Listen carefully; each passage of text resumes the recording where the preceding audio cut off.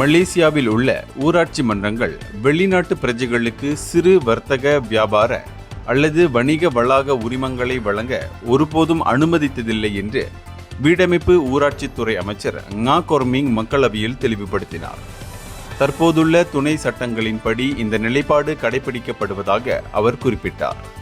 அது மட்டுமின்றி சில்லறை வர்த்தகத்தில் வெளிநாட்டவர்களின் ஈடுபாடு குறித்த கேள்விக்கு பதிலளித்த அமைச்சர், மலேசியர்கள் மட்டுமே இந்த உரிமங்களின் கீழ் வியாபாரம் செய்ய முடியும் என்றும் உள்ளூர் ஊழியர்களை மட்டுமே பணியமர்த்த வேண்டும் என்றும் அவர் திட்டவட்டமாக தெரிவித்தார். விதிகளை மீறுவோருக்கு அபராதம், பொருட்கள் பறிமுதல் அல்லது உரிமம் ரத்து உள்ளிட்ட கடுமையான தண்டனைகள் விதிக்கப்படும் எனவும் ngா எச்சரித்தார். இதனிடையே செல்லுபடியாகும் அனுமதி பாரங்களை கொண்ட வெளிநாட்டவர்கள் பிற உரிமம் பெற்ற வணிகங்களில் பணியாற்றலாம் என்றாலும் மானியம் பெறும் வணிக வாய்ப்புகளில் உள்ளூர் மக்களுக்கே அரசு முன்னுரிமை அளிக்கும் என்பதை ngா கொர்மிங் வலியுறுத்தினார். இந்தியர்களின் இதய குரல் மக்களோசை.